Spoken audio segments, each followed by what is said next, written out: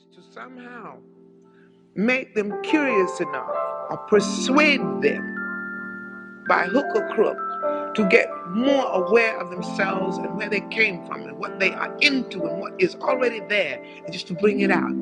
This is what compels me to compel them, and I will do it by whatever means necessary.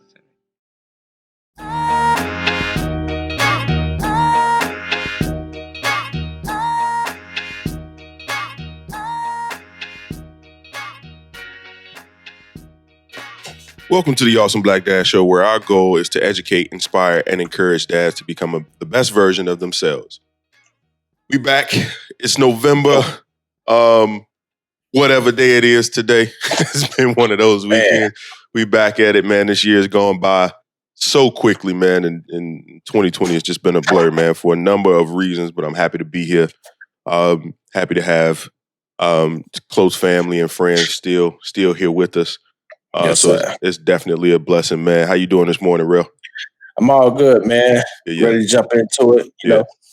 Absolutely, man. So we've been talking like we always do, during the week or whatever, throwing topics at each other and whatever. And you threw some topics out in the chat, man. And one of them, that main topic, I really want to kind of get into and see what the audience has to feel about that, man. So where were you going with that first topic, man? Take us into it. Juniors, for the fathers out there, the importance of naming your son a junior, giving them your namesake. Or, the opposite, people that feel like they don't, it's not a big deal, you know what I mean? We want to find out from the fathers out there that are pro junior. Right. Why is it so important?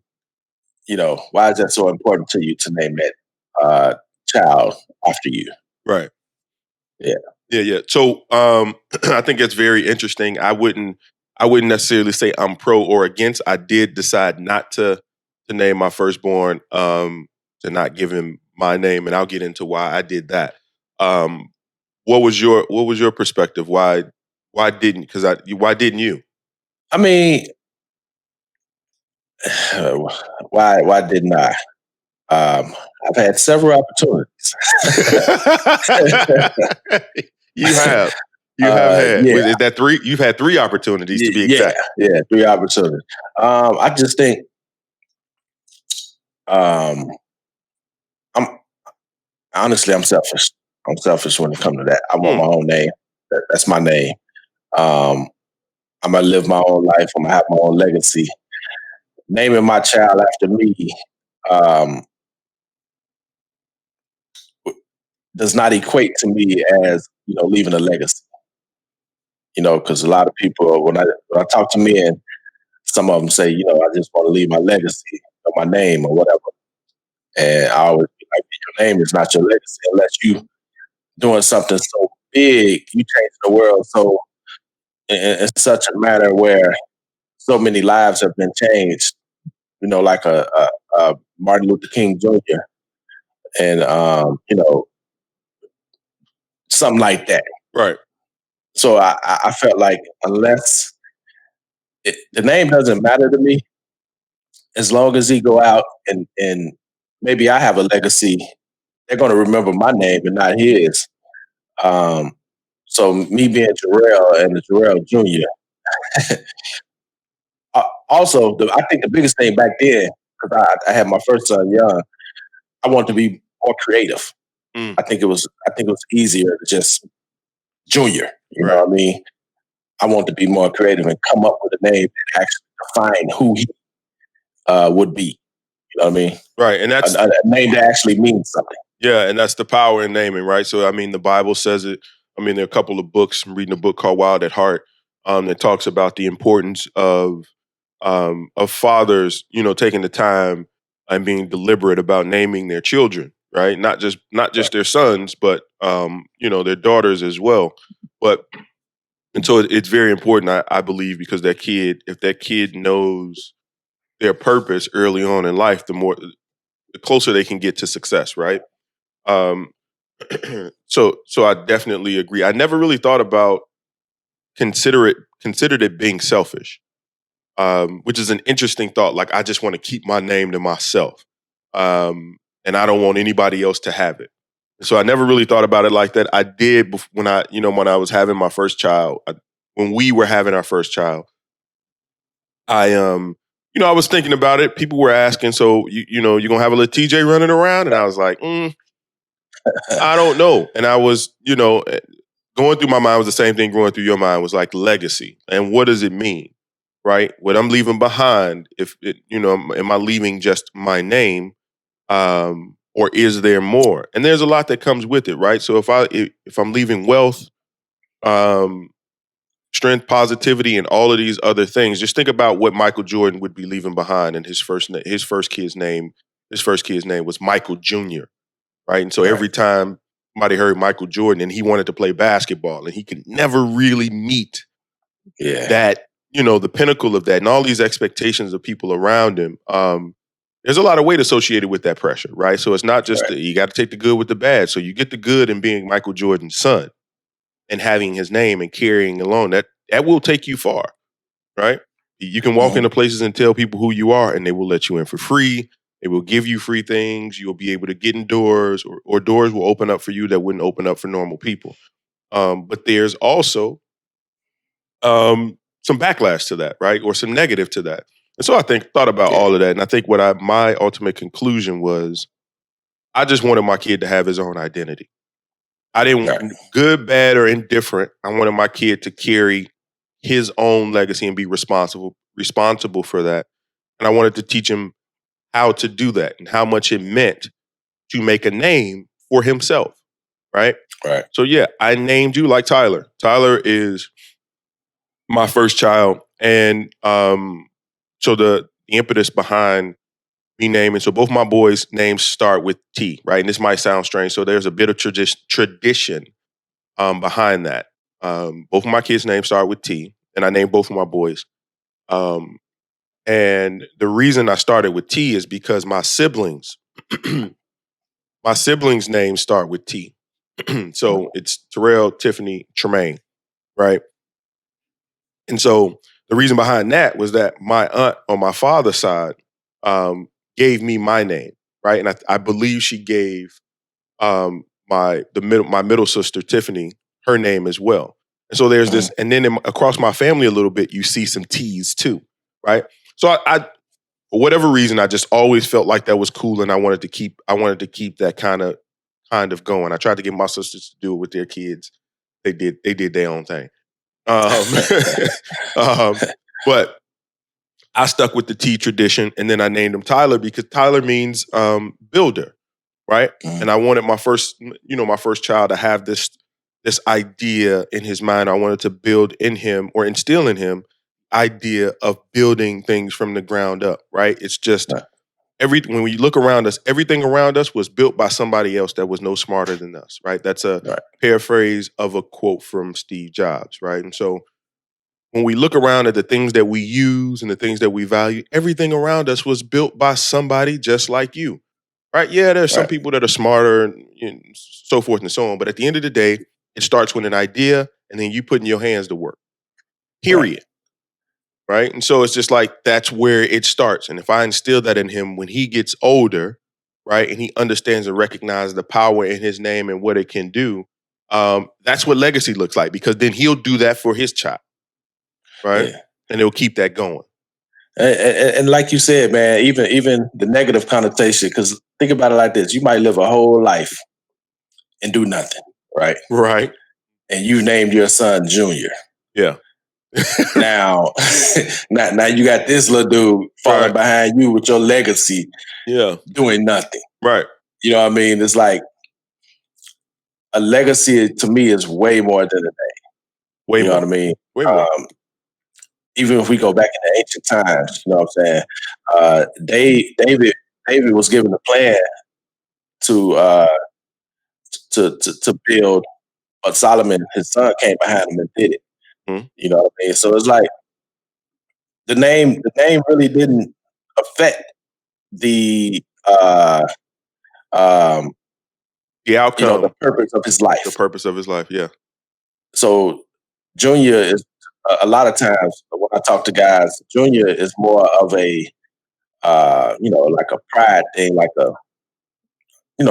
manly thing. It's Yeah, like smoking cigars when you find out it's a son or right. something like that. It's all this type of stuff. I never even Yeah, know gauge that. traditional Yeah, cultural thing. Like, macho type of thing. You know what I'm yeah, saying? But I get it. You want your name to be alive, but your legacy is really not in your name unless you've actually done something besides leaving the name. yeah. I mean, either You know way. what I mean? Yeah, I mean, either way. I think it still carries. I think it's still, whether you're doing something or something positive, or you're just sitting Or not, around. right? Either way, it carries on. Like that name. And we can go as far as even thinking about some of the names, as growing up as kids, and you then get in high school, and you find out that you go freshman, and you learning people's names, and you find out that there's a kid named Mercedes, or Right. and you're like, And oh. everybody wanted to ride it.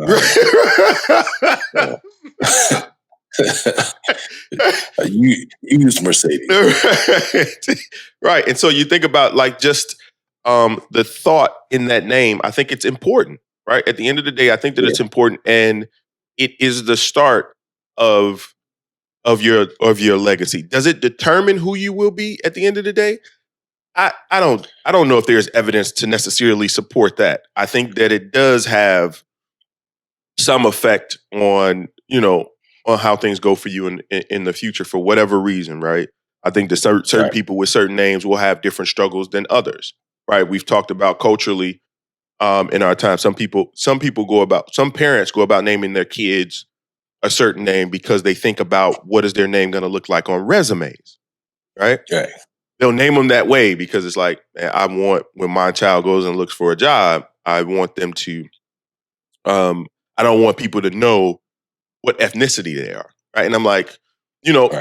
to have that thought, that's still to some degree still passing trauma on, and it just is going to stick with that kid. So what that is, I believe some of the negative things associated with that way of thinking, and not to say that I haven't thought the same things at times.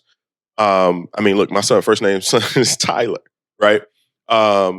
But when you think like that, you start to instill that kind of mentality in your kid as they grow, right? So you rob them of the creativity. You start to make them believe that the things, their worth is rooted in what people may think about them, when they hear their name, as opposed Right. to, look, this world was made for you. You weren't, you know what I mean? So when you come out and you put your feet on this ground, you can build and do whatever it is you want to do creatively. We're built that way, man. Yeah, Put your I get it. Sometimes they say they want the name to live on, as far as like yeah, their last name. their last name for sure. Yeah, 'Cause even one of our previous guests, Linton Johnson, he's a third. yeah, he's a third. Um, and as much as he's accomplished, I think some of the idea behind that, naming your son Junior, is to have an easier way or easier path to your your to trace your father, to trace your grandfather. You know what I'm saying? To Yeah, kind of keep that type of connection, which is cool.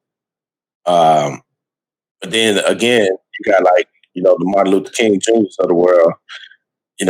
His son is a junior, yeah. but his father is the one who has the legacy. Hmm. And even though his son has his name as well, nobody really talks about him Yeah, as much as his father, because his father left a huge legacy. yeah, yeah. Something that he probably could never. A kid shouldn't have the pressure Yeah, of trying to meet. Right. You right, need to find your own path, and maybe you do something in the same vein, but you can make your own mark, just like your dad right, did. exactly, Um, exactly. You're gonna have to. yeah, absolutely. You need the courage and be able to do that, and that's what we try to. Do you think um, sometimes fathers want to live vicariously through their son by Absolutely. getting a start over, like a do over? You know what I mean? Absolutely, 100%. That is the reason why I am mindful about, um, even basketball, right? Even sports, because when I look Right. at my kids playing sports, I'm like, I can see that Tyler's going to be athletic, right? And when I see him, I'm like, I start to think about the thing that I needed to do at a certain age to be better, to give myself. Now it's good to be thinking about it, but now I'm starting to think vicariously, like put myself in his shoes, like, man, like I've been reincarnated. Ooh, I got a second chance. Let's go. And I want to be, I want to be mindful of that, man, because that is just, it's not his job to do that. Right. I would be robbing him of why God decided to give him to me. Right. You know what I'm saying? So it's just like, at the end of the day, he's a gift to me, and I need to let him and allow him be what God expected him to be when he was born into this world. I'm not setting what he's going to be. I just need to give him the tools that when he learns his gift, and he figures out what that thing is, he has the tools to make the best of it. Yeah, I watch my kids closely, man. My first child, I think when he was younger, felt like, because we would always be around people, they'd be like, man, your dad, on the basketball court and this, that, and the other. Mm-hmm. And I think when he was younger, he felt like, okay, I'm going to follow in his footsteps. Yeah. And I always told him, like, don't do it because you want to just follow in my footsteps. Do it because it's something you love. Right. Otherwise, you're not going to give it everything. Right. You know what I mean? That was something that I loved doing at that point. So you don't have to play basketball to make me proud. Yeah. You know what I mean? Like, whatever it is that you do decide to do, just give it 110%. That makes me proud. Your effort makes me proud. You know what I mean? And just don't do nothing stupid, of course. But I was never, pushing my kids to. And you hear it all the time. You got those, athletes that made it, and they say that their father was getting them up at 4 a.m, making sure, you know what I'm saying, I be hearing that and I'm like, I be wanting to, but how my life is lined up, I just don't have the time nor the, so it's a different type of thing when it comes to, you have to look at your own life and see what works for you. Yeah, and I absolutely, I agree with that. And even with the dads, like my thoughts about that is, I think it's dope when you have any child that can say that their dad, their dad in this conversation said, got up and pushed them, right? And that's what I want to be. But the first thing that needs to happen, I think, my job is to introduce, right? Mm-hmm. Once I introduce, then what I'm trying to consciously do is take a step back a little bit. Just take a step back, sit in the bleachers and watch. And the more and more they want to do it, Dad, I want to play this. Dad, I want to do that. Okay, go. And when my kids decide that this is the thing that they want to do, I will do whatever is best of my ability. I'll get up at 4 a.m. if that's what they want to do. They want to get up and run. They want to put up some shots. I'll do that. And the reason that I would do that once they make that decision is that I know for a fact that that's something that I wish I had. Right. And so I'm not saying that I'm going to always be able to meet those expectations, but I'm damn sure going to try.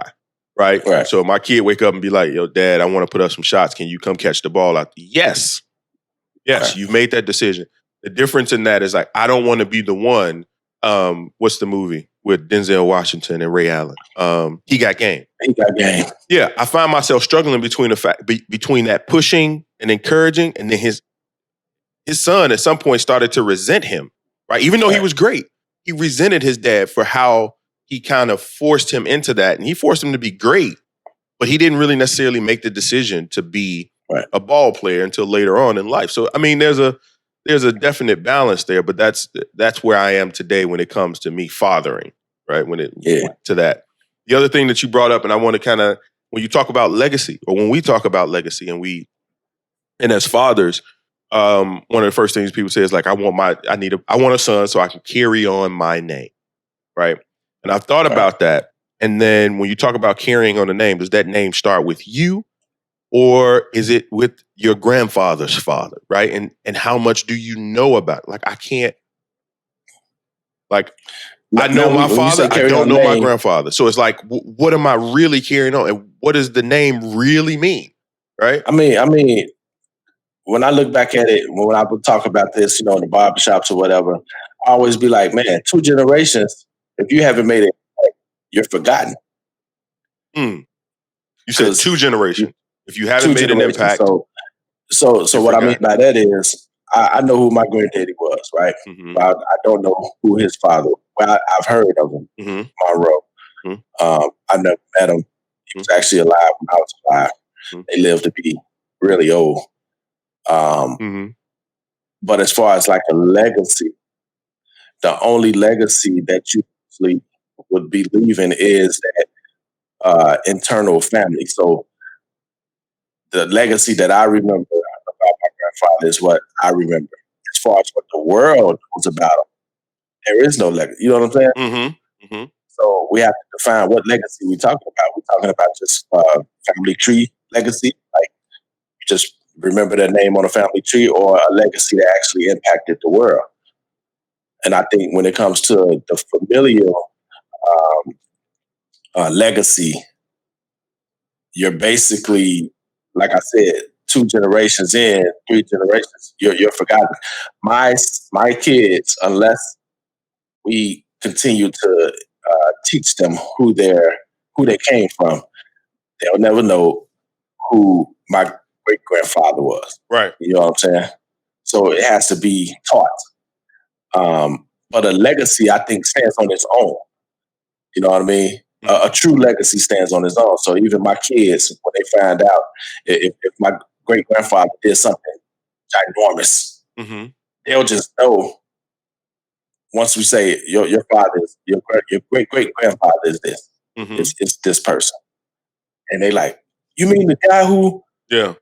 you know what I mean? Right. It was an impact.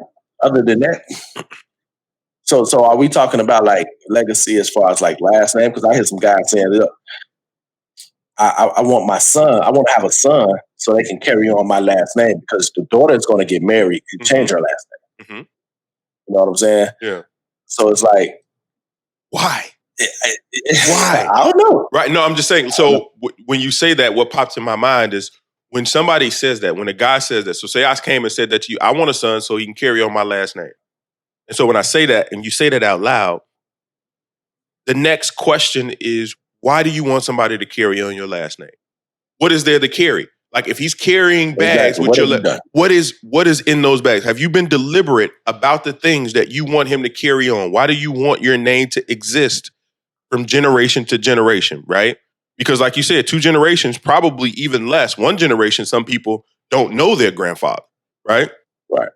Or their father, right? But even in that, it's just like, okay, so if you want the legacy to carry on, it's empty. Are those bags empty that you're passing on? Or are you being deliberate about the thing that you want to hand over to your kid? And I think that that's the difference, right? We can talk all day about how big or small what somebody has left behind. You can go as high as what Rockefeller left behind for his kids and his family.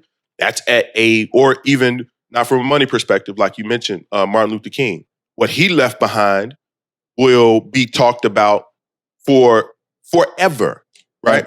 Forever. No matter how you look at it, how you spin it, what he left behind, there will always be a conversation about Martin Luther King's contribution to the world, not just to the United States of America, but to the world, right? And so that's huge. That is huge.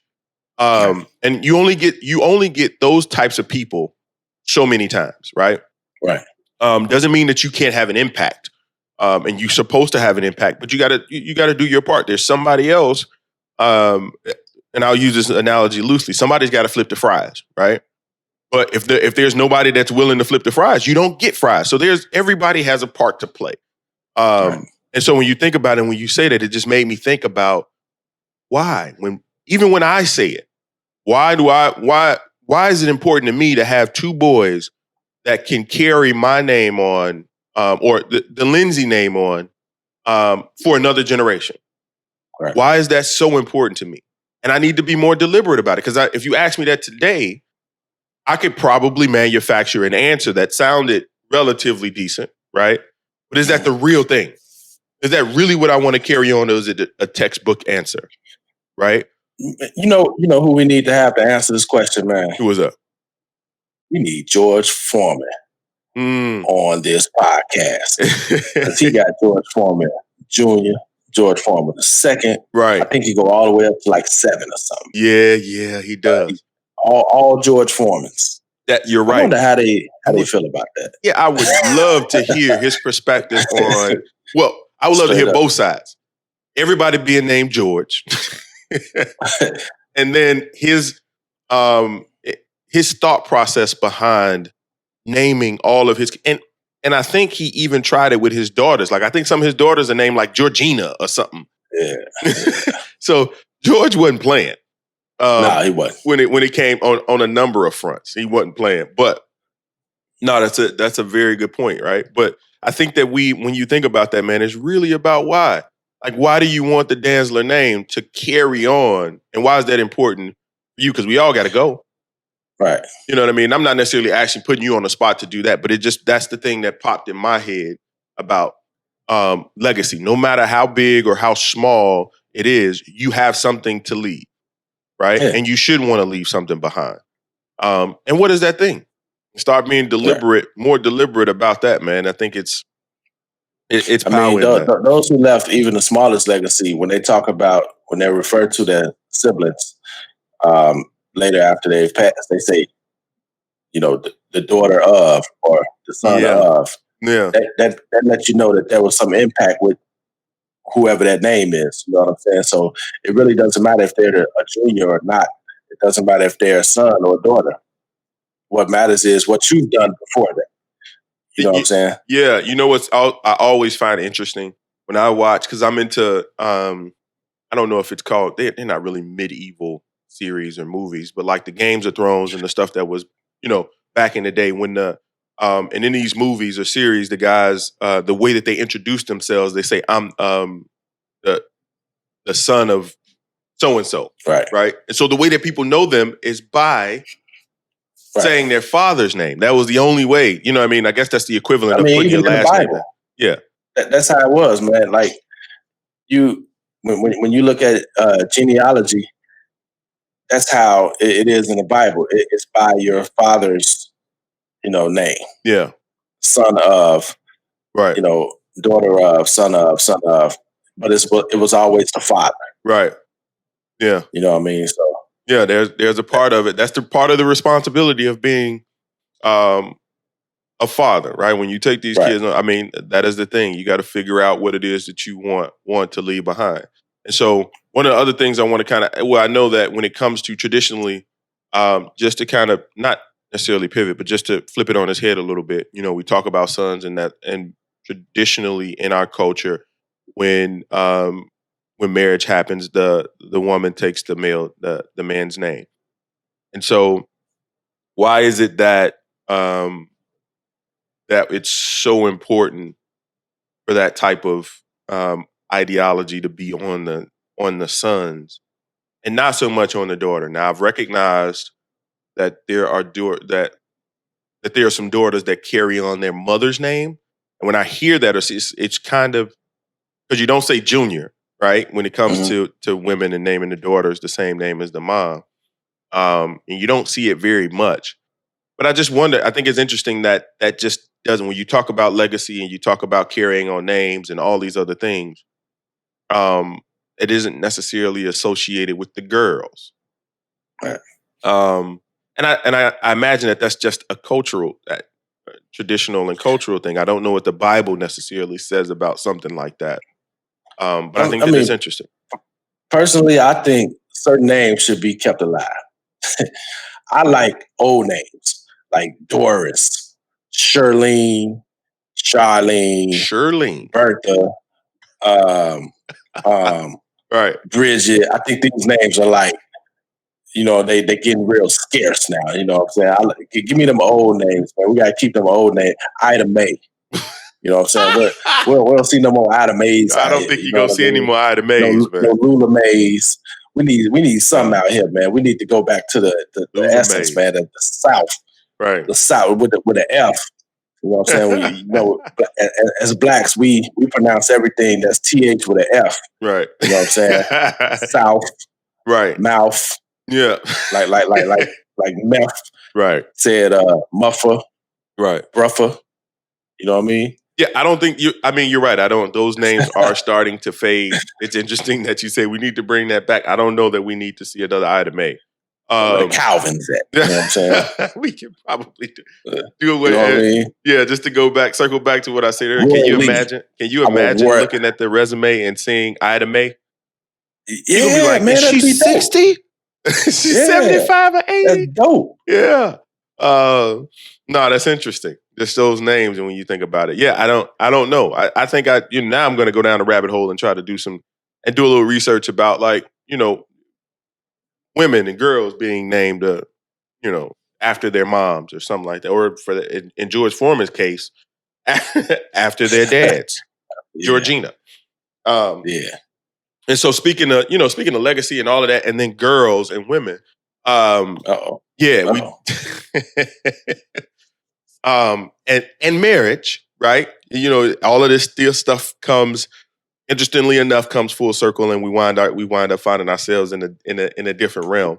But it's interesting when you get married, the girl takes your name, and then if he's present, you now have to look the man in the face whom you took his legacy from, right? That legacy, and I'm doing air quotes, the legacy from, right? Because now you've married his daughter, took his last name, and made it your own.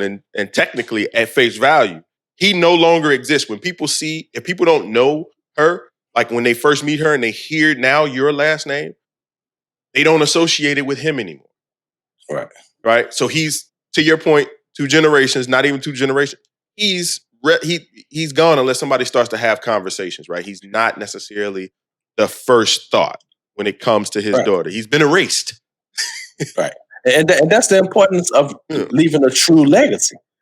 It don't matter who carries on your name, if you left a true legacy, carries on itself. Dig a little deeper into that. So legacy, so you're saying Martin Luther if you've King made Jr. such an impact on the world, your kid can't carry on a legacy. Your legacy is your legacy. For instance, and we keep bringing up, Martin Luther King. Mm-hmm. That's his legacy, bro. Like, yeah, that's his. Can't touch it. And he has several kids, right? Mm-hmm. So I'm saying, even if, let's flip it. Let's say he didn't do anything. Right. Nobody will remember him, right? Yeah. So I'm saying a true legacy doesn't need a name to carry it on. The legacy itself carries it on. Martin Luther King's legacy is carried on because of his impact of that legacy. Mm-hmm. It's just that that just happens to be his name. So for guys that feel like, I want a son so he can carry on my last name, but you haven't done anything in life, but right. No, I'm not minimizing, us giving or assisting with giving birth, because they do come from us first. But I'm not getting ready to touch that one. I'm gonna let you eat that one in the comments on your. You know where your kids came from. You was pregnant with your kid before she say that. You know what I'm saying? Well, I mean, there's a conversation. Then there becomes the chicken or the egg conversation, hey, right? The kids come from the click clack. You know what I mean? Hey, man. I remember the click clack. Clack, clack, clack. Yeah. Came from one of them sides. He came from the right or the left. You know what I mean? Whatever. Yeah. I'm not even getting ready to engage because we will be there for like 25 minutes going back and volleying back and forth. I'm gonna leave it alone. I'm gonna let that but sit. The legacy carries its own self. Mm-hmm. A person don't come behind it and carry and continue carrying the legacy. The legacy is the legacy. It has its own legs. That's why it's leg a seat. You know what I'm saying? too many guys got a legacy. The root word. You think about it. You know what I mean? Yeah. No, I mean, I definitely I get it. And I think that it's important either way. I'll still stand by the fact that we as men just need to be more deliberate about what that thing we want to leave behind is when it comes to legacy, right? Whether your kid bears your name, carries on your last name. I think at the end of the day, Martin Luther King's children, still embody who he was. And so they can have a conversation, and not even have a conversation. They still walk with that with that energy, right? Mhm. It's there, and so that's what's really important to leave behind, and hopefully they're instilling certain things in their children, and that just kind of Yeah, carries think on. about it. Even A lot of Muhammad people. Ali, who had no sons, Yeah, who left a super great legacy. His legacy stands on its own. right. Now, one of his daughters did come behind and kind of, Following his not kind of, footsteps. she made her own lane, basically. Hmm. Um, but they will always remember her father's legacy. Right. Like there's nothing that she can do in life that would carry on the legacy besides what she's doing, at a very good, at a very great level. Hmm. Which was boxing. But his legacy is his legacy. Yeah. Whether she lost all her fights or won them, his legacy would not have been impacted. Hmm. So, and she wasn't named after him. Right. You know what I mean? Yeah. She didn't have the last name, but I'm saying, Yeah. She's not a junior, so to speak. yeah, there was no Muhammad Yeah, or Muhammad. whatever. Yeah, Muhammadiyah, Yeah, no, something like that. yeah, you're right. So I agree with that. But getting back to like the whole father-in-law situation, right? Where it's just like, all right, Oh, you're when you get married and you for lack of a better term, you're basically erasing that last name from his child. And if that father only had one child and that child was a daughter, done deal. done deal, right? And so when you think about it at that level, and I'm sure that there aren't a lot of people that even go to that level in terms of interacting, right? Or whether there's fathers that even think about like, man, once you marry my daughter, you're erasing me type of deal. But it kind of rolls into the idea of relationships when it comes to um, father-in-laws, son-in-laws. Like, what is that relationship, and how do you how do you start to build it? Like, what is your interaction, like, and With how my have you handled father-in-law? father-in-laws when you walk into that, when you walk into that world, when you got married and you got serious about your wife girlfriend at the time, and you thought you were going to get married when you started building a relationship with your father-in-law. Well, it was weird because I kind of messed up when I asked her to marry me. Wait. I, What? yeah. Wait, So yeah, what you got happened to was explain that. You messed up. You the want to use a short of different it. word? Because I'm not bleeping No. that one. The short of it is, I messed up as far as doing something, doing what we traditionally do, which is ask the father for her hand in marriage. Consider that. I did not. Oh, you did not. Okay. Right. Hmm. So that's why I say I messed up. Wait. Stop there. Here's what I want to ask you. Uh-huh. Why do you feel like it wasn't in your mind? It wasn't important at the time to ask him, and then after No. thinking about it, what made you feel like, oh, I messed up? I should have. Honestly, it wasn't that I didn't think it was important. I grew up in an environment where nobody was really married, so nobody really taught me, or I didn't know that was the rules. Like, Yeah. straight up. Yeah. I promise you, I did not. As smart as I am, I'm also a little slow. You know what I'm saying? And that's self-admittedly. Yeah. So I went on with it, and when I found out after, I'm like, oh man, because I never had an example. Yeah. My parents weren't married. Mm-hmm. Nobody was married except my granddaddy them, and they had been married for like 100 years, so ain't no telling what they did. Right. He probably just walked up to You know her what and I'm just saying? like, you coming Yeah, with he me. probably just walked up to her and said, "You're my wife." You're right. That's how they did it back in the Right. day. You know what I'm saying? Yeah. So I didn't, and when I found out, which was like kind of right after, or right before the wedding, Mm-hmm. I'm like, oh snap! Right. I didn't ask him anything. Yeah. So I did come to him and it was like, yo, my bad, man. I didn't know anything. He's so nonchalant. He's like, man, I don't care about that. Right. So I felt like I think we both came to grips that with well, the best way I could, because I was really sorry, right? And consciously, even though I know he didn't care. I know Okay. he didn't care. And your and correct me if I'm wrong, your wife's father is a pastor, right? A deacon. Okay. Yeah, he's a deacon. So I felt like the way I could pay him back, the best way I could pay him back was treat his daughter or taking care of his daughter as best as I could. Give him no worries. That's what we worry about as fathers when it comes to daughters. Like, you want somebody that's going to take care of her just as we would. You know what I mean? Right. No, So I felt like that's the way I could pay him back. And I think I've been paying him back pretty good. Yeah. So that relationship with your father-in-law is super tight, no tension. Yeah, we all good, man. That's my man. Right. Yeah. Yeah. No, I think it's I think that's interesting because I didn't necessarily. I mean, there were people in my family that were married, but I only. I think one of the things that we need to change about the culture of marriage in our community is really, truly having conversations about the tradition of marriage, what air quotes would be right or wrong in that institution of marriage based on our own perspective.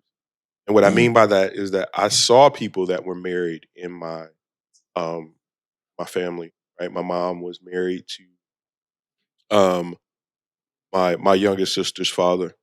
She was married to him. She had been married, so I was in an environment where there was a husband and a wife. I'm not sure that I ever really understood what that meant. Right? Nobody ever had a conversation with me about, if you're growing up and you think that you want to have kids and have a family, are you thinking about marriage and what do you think marriage is? Right. Kind of the same way in which if we do have conversations, the birds and bees conversation, right? Instead of letting your kids just run outside and know and figure out for themselves what it means to connect with a woman or a man, have that conversation first and and give them the goods and the bad, right? You just have that conversation. We don't have that about marriage in any way, shape, or form, right? You don't. We just don't. And so I think, when I decided that I wanted to be married and choose my wife, I did. I don't know what it was because nobody really ever told me. I think I had ideas about what traditional was or is, but then I had the relationship that I was building with my current wife. I started to naturally just build relationships with her family, and her dad in particular is a lot like me in a lot of ways, right? And so we just kind of instantly, the connection was always there, right? We're birthdays are close together. Cool, Yeah. I mean, like man, he's super cool. Super cool. Like I can call him and pick up the phone. He'd be like, "Hey, man, what's up?" And then I'll get to talking or maybe even ranting about some things that I may be going through in our relationship. And he doesn't choose a side. He keeps it 100 and he's like, this is what you need to do. You did this wrong, or you need to tell her about this. And so, like, super straightforward. You know what? And all I think it's very important that what it sounds like, even with you, I didn't even know was important at the time, is that your in-laws. You breaking up a little real. Say that again. I can't, we lost you a little bit. Come on back to it. Come back. Well, we have some technical difficulties. We're gonna take a quick commercial break, and we'll be back once the technical difficulties are taken care of. So listen to the smooth sounds of.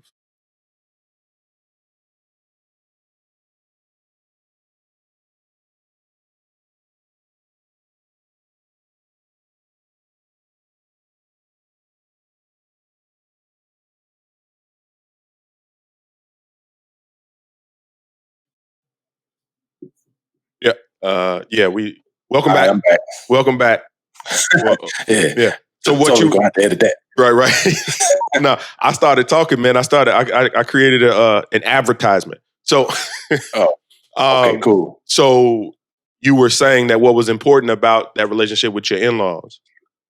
No, I think it's important that we are embraced as a son. Mm-hmm. You know what I mean? Yeah.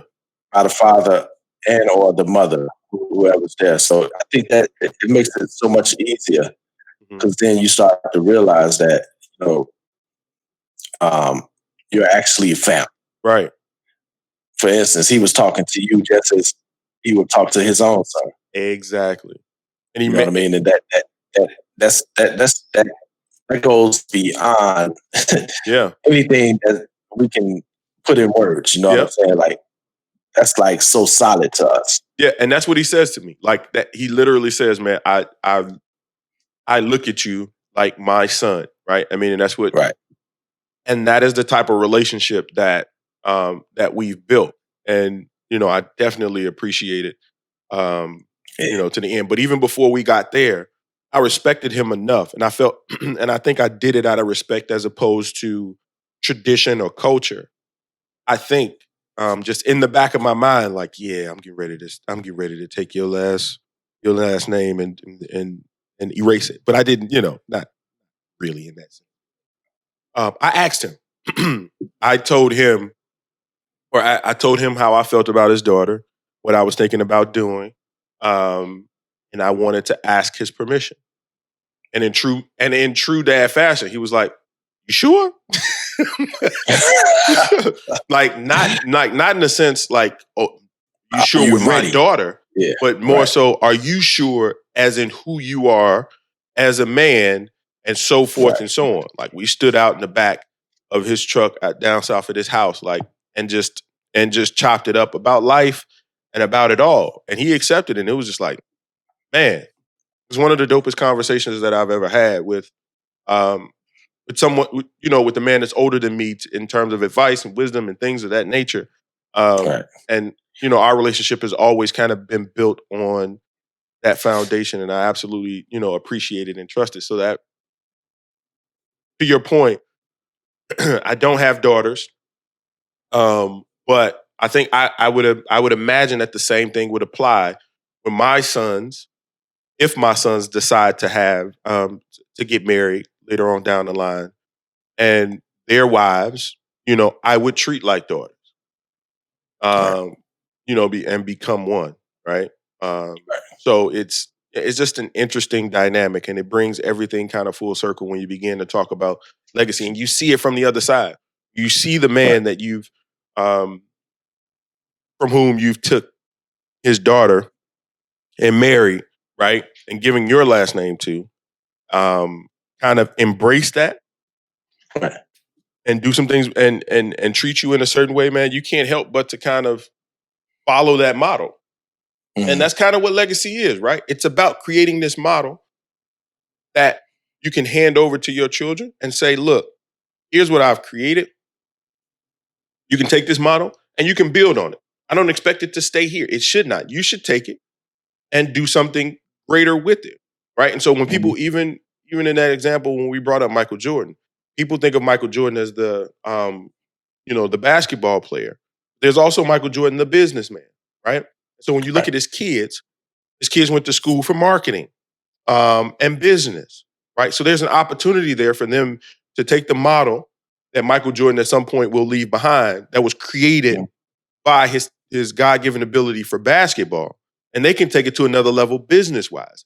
Who knows what the Jordan brand will be when his kids are their age, right? And even when you talk about that, a lot of people talk about his sons when it comes to legacy, and they don't know much about his daughter. His daughter is also in the business. His daughter is right up under. And yes, right? In terms of business, and doing very well. And guess what? She's the one that got his height. The other two.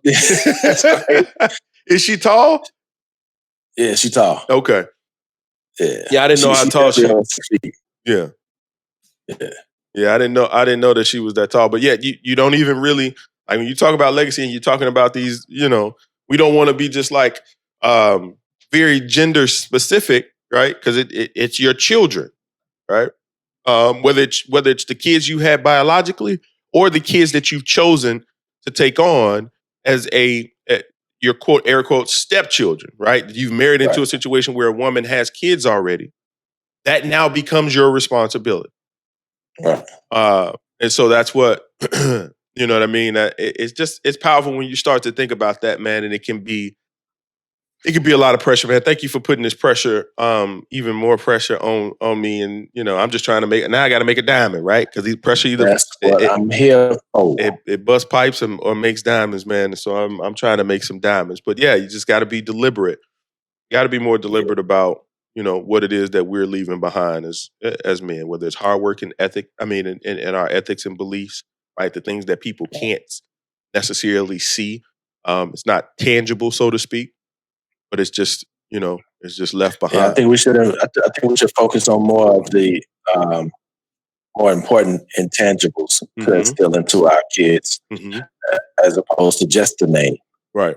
If the name is important to you, then it needs to be attached with a lot of important things in life, right, that you leave behind. Right, and I would challenge all of our listeners, right, when they have conversations with family and friends, and they get to talking about last names or kids and things of that nature. I would challenge them to challenge their family and friends, right? Get them, not in a bad way, but challenge them to think a little bit deeper about what it is they want to leave behind, because that's where the real change happens. Not just, oh man, I want somebody to carry my name. Yeah. Why? And I don't care what it is. Yeah. I don't care what your why is. Just have one. Right? Just start there. Have one, man. I want my kids to be, you know, a productive person in society when I'm gone. That is a start. And then now the next question for you is like, all right, what does that mean? And that's just you having a conversation with yourself, trying to figure out what does that mean. And then that'll start helping you make some more solid decisions when it pertains to the people that will benefit the most from having your last name or being in your presence. Not just your name, but being in your presence. Yeah. You know what I mean? Let your presence linger for as long as it can when you're gone. Right? You want to be that old guy in the lounge with all the cologne on. When you've been gone for 2 days and that corner still smell like, you know, what's an old guy? Old Calvin. If that corner still smell like old Calvin, man, Calvin here? No, man, he was here 2 days ago. No, man, why do I smell brute? Yeah. That's what you want to leave behind, man. You want that cologne to linger for days and years, right? Centuries. Man, so man, we definitely didn't chop this topic up, bro. This was a good one. Got me thinking about some more. We definitely I might have to reach out to old George and see if he get on and tell us about why he named his 12 kids George 12 all the way down to George 12. Nah, man, definitely interesting and dope stuff, man. But we getting ready to wrap it up. Appreciate the listeners. For real, go take us out of here, bro. Yo, everybody out there, you know an awesome dad. We're gonna tag an awesome dad. Tag an awesome dad with this. You can hit us up, Apple, all the Spotify's, all the platforms out there. Hit us up. Let us know who's an awesome dad. We'll shout them out. And if you're confused, if you're an awesome dad or not, if you've been given the task of making breakfast and you've been in the kitchen 15 minutes and you come out with cereal, you're an awesome dad. You're awesome dad. You know what I mean? I could keep on going. If it's your turn to make dinner and you're in the kitchen 15 minutes and you come out with a hot meal, boiled hot dogs and fries, you're an awesome dad. That's awesome. Some kids eating. Probably ain't healthy, but they eat. You tried. That makes you awesome, man. Straight up. So tag awesome dad. We love y'all, man. Y'all keep supporting us. We appreciate that. It's getting bigger and bigger. All followers and listeners, man. We appreciate everything, man. So, peace. Peace.